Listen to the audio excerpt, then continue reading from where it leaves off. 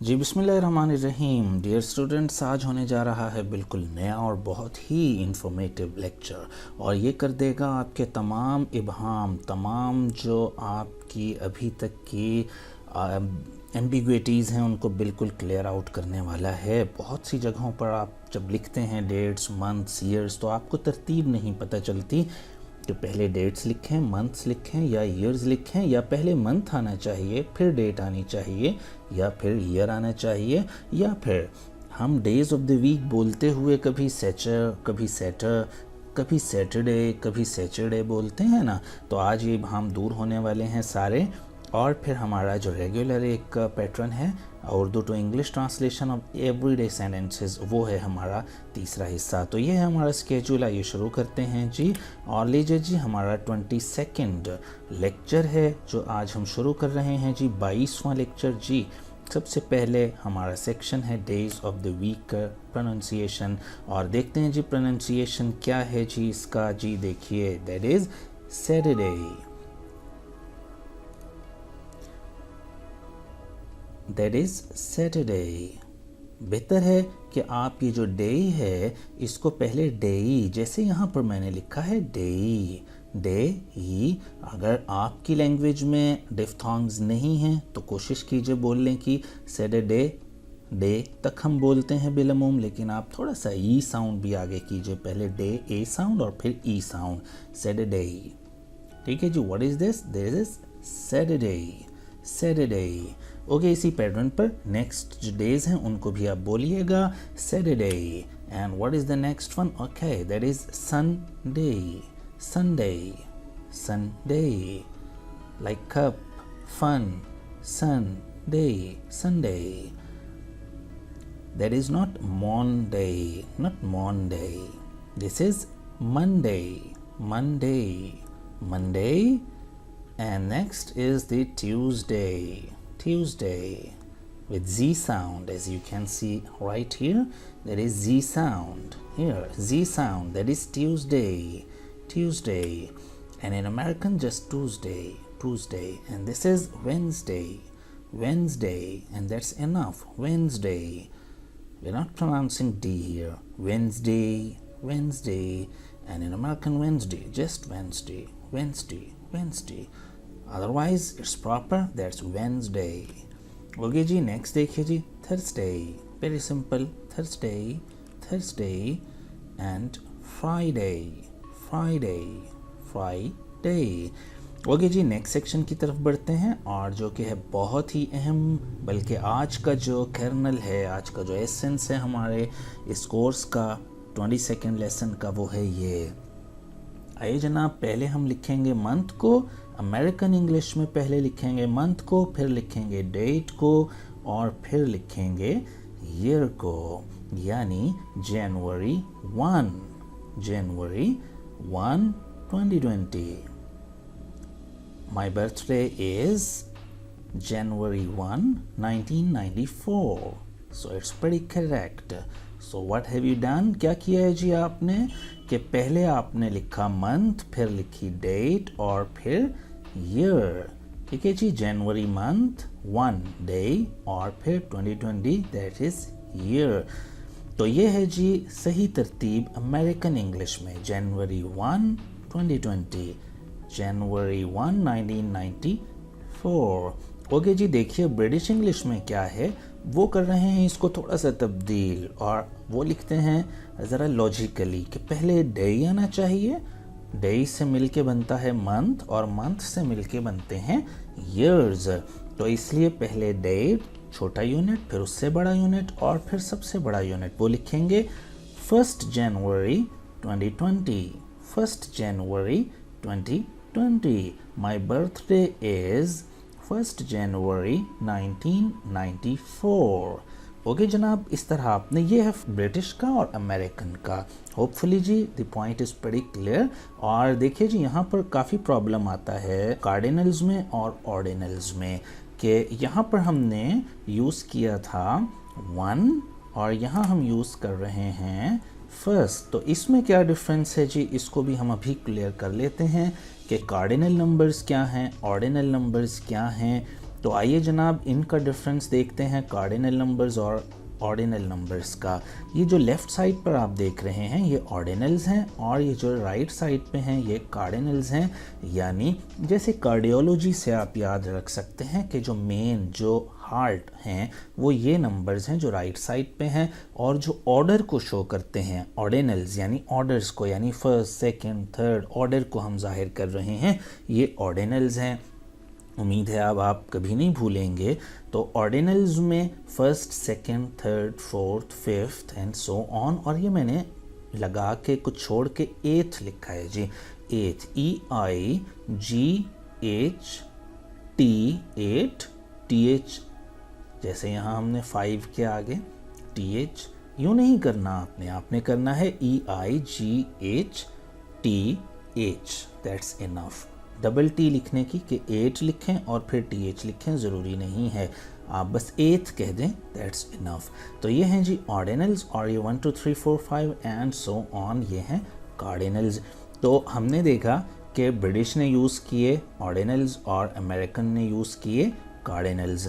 आइए मज़ीद इसको देखते हैं, और ये देखिए जी 1 फरवरी 2020 ये है ब्रिटिश, लेकिन जब आप लिखने में ये इस्तेमाल करेंगे 1 फरवरी 2020, that is British expression for showing months dates and years.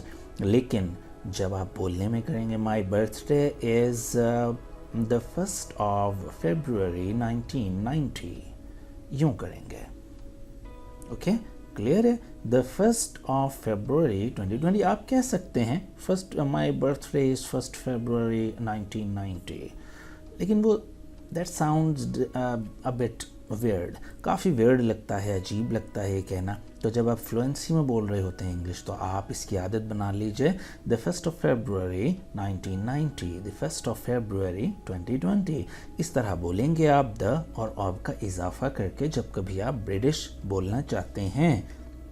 और जैसे मैंने पहले कहा कि जब भी आप ब्रिटिश बोलेंगे तो फिर पूरी अंग्रेज़ी का जो स्ट्रक्चर है उसमें आप स्किल्ड होने चाहिए, और जब अमेरिकन बोलना चाहते हैं तो फिर आपको मुकम्मल वही जो सेंटेंसेस हैं वो यूज़ करने होते हैं। आई फरवरी 1 2020, that is American expression, that's pretty simple. So you can say my birthday is February 1 1990, just my birthday is July 2 1990, you can say just like this, very simple। और अगर आप ज़रा फैशन चाहते हैं, ट्रेडिशनल हैं, कंजर्वेटिव हैं और चाहते हैं कि मैं थोड़ा सा कॉम्प्लेक्स इंग्लिश में स्किल्ड होना चाहिए मुझे, तो आपको बोलना चाहिए I was born on the 1st of July 1990, like this। Okay जी, तो आपने द और ऑफ OF ऑफ वाव से बोलेंगे, इसे ऑफ पढ़ेंगे, या आप इसे ऑफ OFF से मुख्तलिफ करके ऑफ के बजाय आप ऑफ कर सकते हैं। या अगर यहाँ पर भी अमेरिकन एक्सप्रेशन लाना है तो आप वाव के साथ बोलेंगे, लेकिन चूंकि ये ब्रिटिश है तो इसलिए the 1 February 2020, that will be the right expression। Hopefully जी आपका ये इबहाम, आप में जो अनक्लियर थी चीज़ें वो हो गई बिल्कुल क्लियर। तो ये फ़र्क है जी जब कभी हम लिखते हैं या बोलते हैं मंथ डेट और ईयर, मंथ डेट और year, MD, Y, that is American expression. और जब कभी आप यूज़ करते हैं ऑर्डिनल्स जैसा कि ब्रिटिश करते हैं ऑर्डिनल्स, 1 February 2020, the 1 February 2020, फिर आप ये यूज़ करेंगे यानी ऑर्डिनल्स के साथ, और फिर मंथ यानी पहले डेट है, फिर मंथ है और फिर ईयर है, यानी DMY, pretty logical, DMY। Otherwise American में MD and then comma and then year, इस तरीके से लिखेंगे। होपफुली जी इससे रेलेवेंट आप सब कुछ कर चुके। अगर उसके बावजूद आपको कोई एम्बिग्विटी है, कुछ बातें क्लियर नहीं हुई, तो आप कमेंट बॉक्स में मुझसे पूछ सकते हैं। और लीजिए जी नेक्स्ट सेक्शन पर चलते हैं, how to say the year. Okay जी, ईयर कैसे आपने प्रोनाउंस करने हैं, बोलने हैं। तो ईयर में अगर है जी 2000 तो you can say 2K, I was born in 2K। I was born in 2K. अगर सिर्फ ईयर आपने बोलना है तो आप यूँ कह सकते हैं I was born in 2K. और 2009 में my birthday is in 2009 कह सकते हैं, लेकिन बेहतर एक्सप्रेशन है जी 29 अगर कहेंगे तो 29 जैसे फिगर लगेगा, 29, 30, 31 इस तरह लगेगा, तो इसलिए 29 नहीं बल्कि आप क्या कहेंगे 2009. I was born in 2009. तो अगर आप पैदा हुए तो आप बहुत छोटे हैं अभी, और वेरी माइनर ऑफ एज, तो ये है जी 2009. क्लियर है जी. इसको इस तरह बोलेंगे 2008, 2006. I did my masters in 2006, 2007 like that. और बेहतर एक्सप्रेशन 2011 में आप यूँ नहीं बोल सकते, 2011 बोल सकते हैं, लेकिन बेहतर expression 2011. That's very right. 2011. I did my master's in 2011. I did my MPhil in 2011 like that. और बेहतर एक्सप्रेशन, जो बेस्ट एक्सप्रेशन है वो ये है 2011. I did my master's in 2011. अब देखिए एंड नहीं कह रहा मैं, 2000 n just na n 2011. He was born in 2011, not 2011 just, rather 2011. That's better expression, that's the best expression rather I can say. तो ये थे जी थोड़े थोड़े एक्सप्रेशंस जो आप यूज़ कर सकते हैं टू से द ईयर, कि किस तरह हमने साल को प्रोनाउंस करना है. तो आप देख रहे हैं कि एप्ट इंग्लिश में, प्रॉपर इंग्लिश में, और जो हम बोलते हैं उसमें कितना डिफरेंस है. आइए जनाब हम अपने थर्ड सेक्शन की जानिब बढ़ते हैं. Let's see what is that. लीजिए जनाब, ये है हमारा उर्दू हिंदी टू इंग्लिश, और कॉमन एक्सप्रेशंस जो हम डेली यूजेज में लाते हैं उनको यूज़ कर रहे हैं हम. तुमने शर्ट उल्टी पहनी हुई है.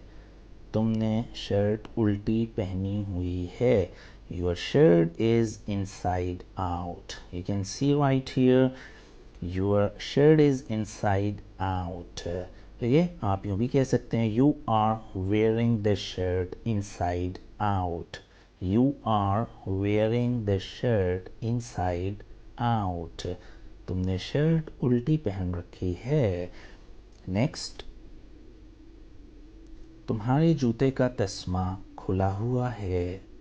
Your shoelace is not open. Your shoelace is untied. Your shoelace is untied. That is untied. खुला हुआ है.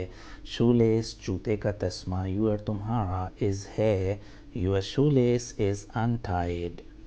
Let's see what's next. मेरी, that is मेरी पैंट बार बार नीचे हो रही है. My pants keep falling. My pants keep falling. My pants keep falling. Don't use pant. That is wrong. Don't use trouser, Caesar. Don't use like this. बल्कि इस्तेमाल करें my pants keep falling. My trousers keep falling. अपने जूते का तस्मा बांधो. बांधो, tie up. Your, अपने, shoelace जूते का तस्मा. Tie up your shoelace. Tie up your shoelace. अपने जूते का तस्मा बांधो. Tie up your shoelace. आखिरी सेंटेंस, मुझे पैंट ऊपर करनी चाहिए. मुझे पैंट ऊपर करनी चाहिए. I need to pull up pants. I need to pull up pants. I need to pull up pants. I need to pull up pants. I should pull up pants. I should pull up my pants. All expressions are correct.